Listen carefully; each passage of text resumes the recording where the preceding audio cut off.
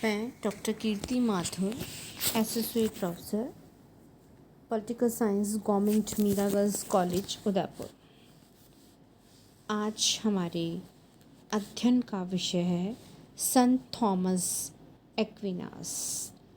संत Thomas Aquinas का जन्म 1225 ईस्वी में इटली के नेपल्स राज्य के रोक्का सेका एक्विनो नगर में हुआ था। उनके पिता काउंट लडोल्फ ऑफ एक्विनो सम्राट और फ्रांस के राजा के संबंधी थे। उनका परिवार एक कुलीन परिवार था।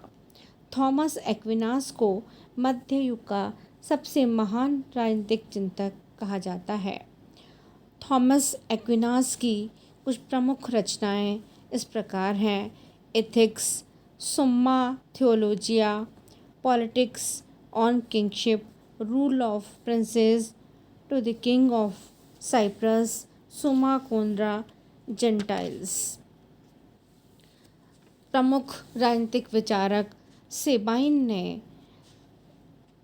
संत थॉमस एक्विनास को संपूर्ण मध्य युग में दार्शनिक महत्व वाला विचारक कहकर संबोधित किया है।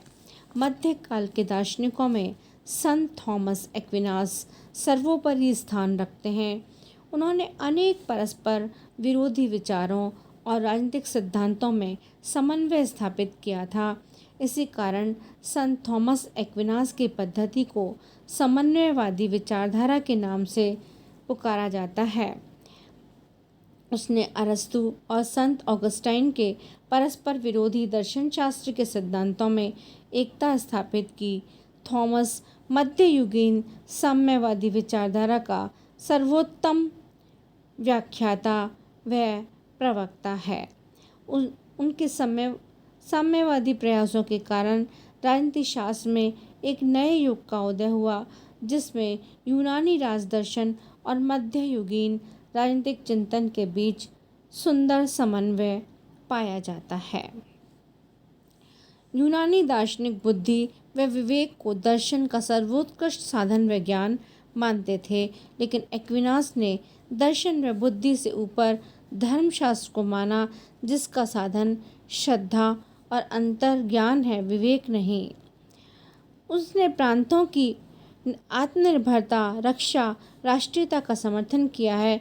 साथ ही साथ राज्य की संप्रभुता का अंतिम स्रोत ईश्वर को माना है। संत थॉमस एक्विनास के अनुसार ईसाई धर्मशास्त्र ही संपूर्ण ज्ञान विज्ञान की पराकाष्ठा है और उसने अनेक धार्मिक ग्रंथों के उदाहरण देकर अपनी विचारधारा को पुष्ट करने का प्रयास किया है। अब हम थॉमस एक्विनास के राजनीतिक विचारों के बारे में पढ़ेंगे। एक्विनास ने अपनी रचना सुम्मा थियोलॉजिया में राज्य संबंधी विचारों की व्याख्या की। वह सर्वप्रथम ऑगस्टाइन के विचारों की व्याख्या करते हैं और उनके औचित्य को अरस्तु के तर्क के अनुसार संशोधित करते हैं।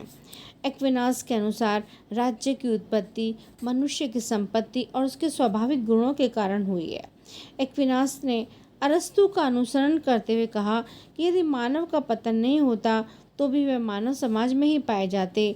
अरस्तु के सिद्धांतों को अपनाते हुए एक्विनास यह सिद्ध करना चाहते थे कि मनुष्य स्वभाव से सामाजिक और राजनीतिक प्राणी है और उसकी सामाजिक सत्ता समस्त जन कल्याण के लिए आत्मनिर्भर व पूर्ण संगठित राज्य को अनिवार्य बना देती है। एक्विनास अरस्तु के नगर राज्य के संबंधित विचारों में संशोधन करते हुए कहते हैं कि अनेक नगर राज्यों से मिलकर बनने वाले प्रांतों में आत्मनिर्भरता की मात्रा अधिक हो सकती है, क्योंकि इसमें शत्रुओं से प्रतिरक्षा के अधिक साधन उपलब्ध हो सकते हैं। यही राज्य है। उन्होंने राज्य के कुछ कार्य बताए हैं, जैसे कि राज्य का मुख्य कार्य जनता के लिए उत्तम सुखी जीवन व्यतीत करने के लिए आवश्यक व्यवस्था करना। इसी तरह संत थॉमस एक्विनास का यह मानना है कि राज्य का ये कार्य है कि राज्य में शांति और एकता की स्थापना करना और बाह्य शत्रुओं से रक्षा करना, कानूनों का पालन करने वाले को पुरस्कार और कानून का पालन न करने वाले को दंड देना, यातायात के मार्गों को सुरक्षित रखना, चोर लुटेरों से रक्षा करना, मुद्रा पद्धति का संचालन, नाप तोल की विशेष प्रणाली स्थापित करना, गरीबों और असहायों के भरण पोषण करना। एक्विनास राष्ट्रीय राज्य के आधुनिक विचारों का समर्थन करते हैं। उनके अनुसार रीति रिवाजों की एकता और समानता राज्य का सर्वोत्तम आधार है।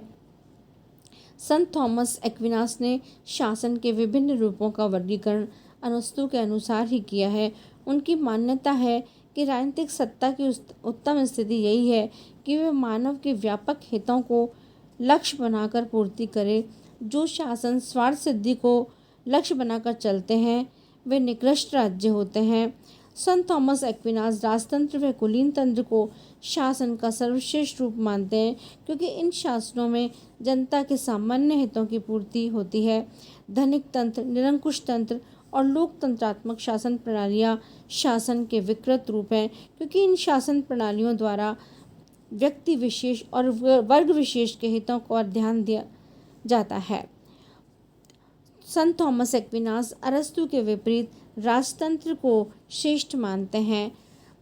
संत थॉमस एक्विनास राजतंत्र के पक्षधर थे और उन्होंने राजा की परिभाषा देते हुए कहा कि राजा वह होता है जो एक नगर अथवा प्रांत के अनेक निवासियों पर शासन करता है और वह शासन वह सार्वजनिक हित में करता है। इसी तरह संत थॉमस एक्विनास ने अरस्तु की भांति व्यक्तिगत संपत्ति का समर्थन करते हुए उसे मानव जीवन की अनिवार्यता माना है और उनका ये मानना था कि मनुष्यों की संपत्ति का उपयोग व्यक्तिगत आधार पर नहीं करके सामूहिक आधार पर होना चाहिए। उसने संपत्ति के उपयोग का विचार धार्मिक दृष्टि से प्रस्तुत किया है। व्यक्तिगत संपत्ति मानवीय कानूनों के अंतर्गत संरक्षित और संचरित होनी चाहिए। उनका ये मानना था कि संपत्ति की अधिकता पाप और भ्रष्टता का कारण है, प्रत्येक व्यक्ति के पास संतुलित संपत्ति होनी चाहिए। संत थॉमस एक्विनास ने दासता को एक संस्था के रूप में स्वीकार किया।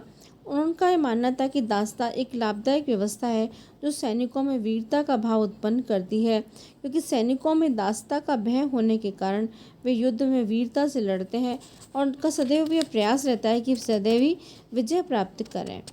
संत अरस्तु और ऑगस्टाइन ने दासता को प्राकृतिक और पाप का देवीय दंड माना है।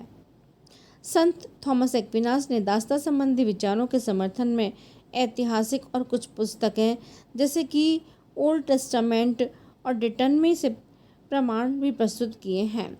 संत थॉमस एक्विनास ने राजसत्ता और धर्म सत्ता या राज्य तथा चर्च के संबंधों की भी व्यापक चर्चा की है और उन्होंने चर्च या धार्मिक सत्ता को सर्वोच्च संगठन माना और ये कहा कि ये राज्य से भी ऊंचा है, क्योंकि उनका ये मानना था कि मानव जीवन में प्रत्येक मनुष्य के दो उद्देश्य होते हैं, सांसारिक सुखों की प्राप्ति और आत्मिक सुखों की प्राप्ति।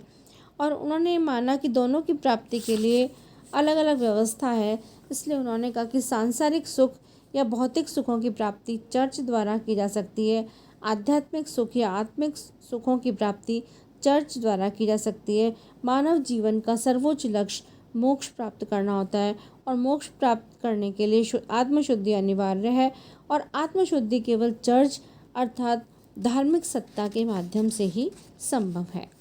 अब हम थॉमस एक्विनास के कानून संबंधी विचारों का अध्ययन करेंगे।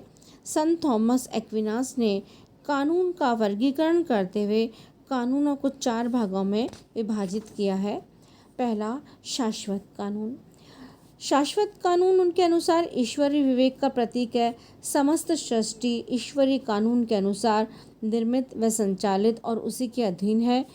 यह मनुष्य की बुद्धि से परे है और इसका सीमित क्षेत्र है, अतः प्राकृतिक कानून के माध्यम से ईश्वर उसे शाश्वत कानून से परिचित कराता है। थॉमस एक्विनास के अनुसार शाश्वत कानून प्रत्यक्ष और अप्रत्यक्ष रूप से अन्य सब प्रकार के कानून का स्रोत है। मनुष्य शाश्वत कानूनों का पूर्ण ज्ञान प्राप्त नहीं कर सकता, लेकिन आध्यात्मिक तत्व के कारण वह इनका आंतरिक रूप में अनुभव करता है। कानून का उन्होंने दूसरा प्रकार बताया, प्राकृतिक कानून। प्राकृतिक कानून के माध्यम से उन्होंने बताया कि मनुष्य को भले और बुरे, सत्य और असत्य के बीच अंतर ज्ञान प्राप्त होता है और वह सत्य की प्राप्ति करता है और असत्य से छुटकारा पाता है। और इस कानून की उत्पत्ति शाश्वत कानून से होती है। प्राकृतिक कानून स्वभावतः सभी के लिए समान होता है और विश्व में सभी वस्तुओं में समान रूप से व्याप्त होता है, परंतु विशेष काल व परिस्थितियों में इसमें भिन्नता पाई जाती है। प्राकृतिक कानून मनुष्य की अनेक इच्छाओं की पूर्ति की व्यवस्था करते हैं। कानून का तीसरा प्रकार बताया उन्होंने दैवीय कानून। संत थॉमस एक्विनास ने दैवीय कानून के बारे में कहा कि दैवीय कानून ईश्वरीय इच्छा के आदेशों की व्यवस्था है जो प्राकृतिकरण के माध्यम से मानव तक प्रेरित किया गया है और मानव जीवन का उद्देश्य है सांसारिक सुखों की प्राप्ति के साथ साथ पारलौकिक सुखों की प्राप्ति करना भी है। जिससे आत्मिक सुख मिलता है, मनुष्य वह सुख दैवीय कानून के माध्यम से ही प्राप्त कर सकता है। इस कानून का निर्माण ईश्वर द्वारा होता है, लेकिन धर्म ग्रंथों में लिपिबद्ध कर लिया जाता है। इस कानून का पालन करके मनुष्य अपूर्णता से पूर्णता की ओर अग्रसित होता है और चरम आनंद की प्राप्ति करता है। दैवीय कानून ईश्वरीय कृपा का परिणाम है। मानवीय कानून गलती कर सकता है, लेकिन एक्विनास का यह मानना था कि दैवीय कानून उसको सही दिशा प्रदान करते हैं। दैवीय कानून उन अपराधों और पापों का दमन करने के लिए आवश्यक है जो मानवीय कानून की पहुंच से परे हैं। दैवीय कानून शाश्वत कानून है जिसे ईसाई धर्म ने संसार के समक्ष प्रस्तुत किया है और जिनका पालन चर्च द्वारा किया जाता है। इस कानून का उद्देश्य है कि दोष रहित ढंग से मनुष्य को ईश्वरीय सत्य की ओर ले जाना और शाश्वत कल्याण या मुक्ति अथवा मोक्ष कहा जाता है। चौथा उन्होंने कानून का प्रकार बताया मानवीय कानून। मानवीय कानून एक्विनास के अनुसार उपरोक्त सभी कानूनों से भिन्न है। मानवीय कानून मानवीय विवेक की उपज है और प्राकृतिक कानून ही इसका स्रोत है। जब प्राकृतिक कानून सामाजिक परंपरा का रूप लेकर राज्य द्वारा अनुमोदित कर दिया जाता है तो वह मानवीय कानून का रूप ग्रहण करता है। इसका पालन मनुष्य के लिए अनिवार्य हो जाता है। मानवीय कानून द्वारा समाज का संचालन शांति और व्यवस्था को बनाए रखने की व्यवस्था भी की जाती है। मानवीय कानून राज्य द्वारा प्रतिपादित दंड व्यवस्था का प्रतीक है और मानवीय कानून का निर्माण समाज के हित के उद्देश्य उस व्यक्ति द्वारा कराया जाता है जिसके ऊपर सामाजिक व्यवस्था के संचालन का भार होता है। इस कानून में विवेक समानता प्राकृतिक कानून के अनुकूल होती है। इसमें स्वेच्छा व मनमानी नहीं होती है।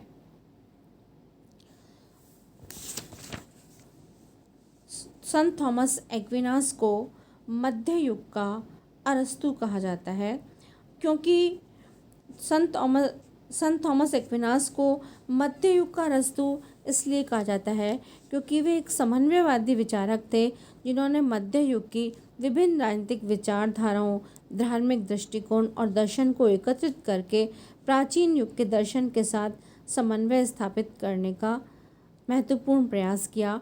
उनका समन्वयवादी चिंतन ही थॉमस एक्विनास को मध्य युग का अरस्तु बना देता है।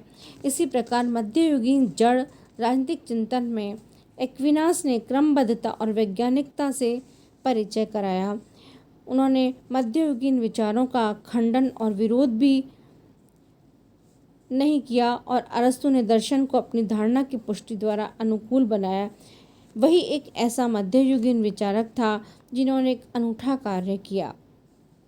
संत थॉमस एक्विनास ने ईसाई धर्म के विरुद्ध अरस्तु की भांति कहा कि राज्य एक प्राकृतिक अथवा स्वाभाविक संगठन है जिसका लक्ष्य श्रेष्ठ जीवन की प्राप्ति है। संत थॉमस एक्विनास राज्य के संबंध में अरस्तु के इस मत से सहमत थे कि राज्य व्यक्ति की पूर्ण प्राकृतिक आत्म अभिव्यक्ति की प्राप्ति का साधन है।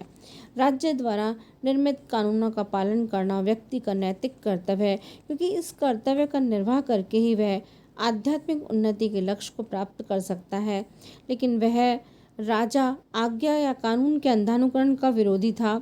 उसने कहा कि राज्य के कानून जो हैं वो हितकारी होने चाहिए, जन कल्याणकारी होने चाहिए। अगर कानून लोक कल्याणकारी नहीं है तो उनका पालन करना अनिवार्य नहीं है। इस तरह अरस्तु की तरह एक्विनास शासकीय निरंकुशता का विरोध करते हैं।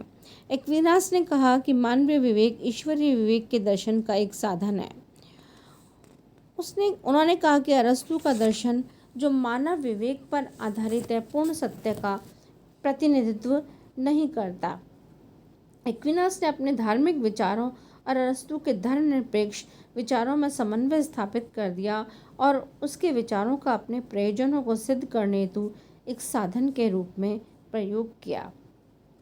इसी तरह अरस्तु की भांति एक्विनास ने भी राजतंत्र, कुलीन तंत्र, लोकतंत्र और उसके विकृत रूपों में राज्यों का वर्गीकरण किया है और उन्होंने राजतंत्र को सर्वश्रेष्ठ शासन व्यवस्था माना और उन्होंने कहा कि सर्वगुणी राज्यों के अभाव में राजतंत्र बड़ी सरलता से निरंकुश तंत्र में परिणत हो जाते हैं।